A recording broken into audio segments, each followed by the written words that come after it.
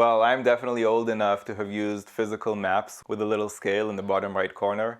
In fact, about 20 years ago, I was a flower delivery guy, and this was before GPS. So I used these little booklets of maps to find my way around town and find the address that I had to go to.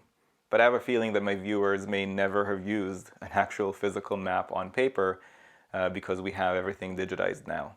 Let me know in the comments below if you do remember ever using a paper map.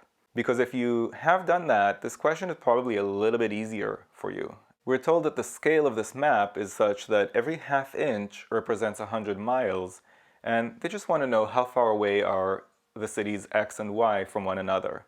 So statement 1 is definitely sufficient on its own because it gives us the distance between the cities on the map as 3 inches, and we know from the free info the scale of the map. Each half inch is 100 miles, so 3 inches would be 600 miles.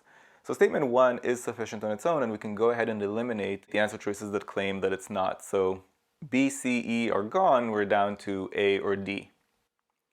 Now statement 2 tells us how far each of the cities X and Y is from city Z, but I don't know whether they're on a straight line.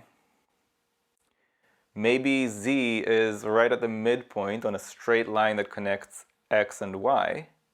But maybe X, Y, and Z form some kind of triangle on the map. And since I don't exactly know how they're located relative to one another, statement 2 can't be sufficient on its own, and therefore the correct answer here is A.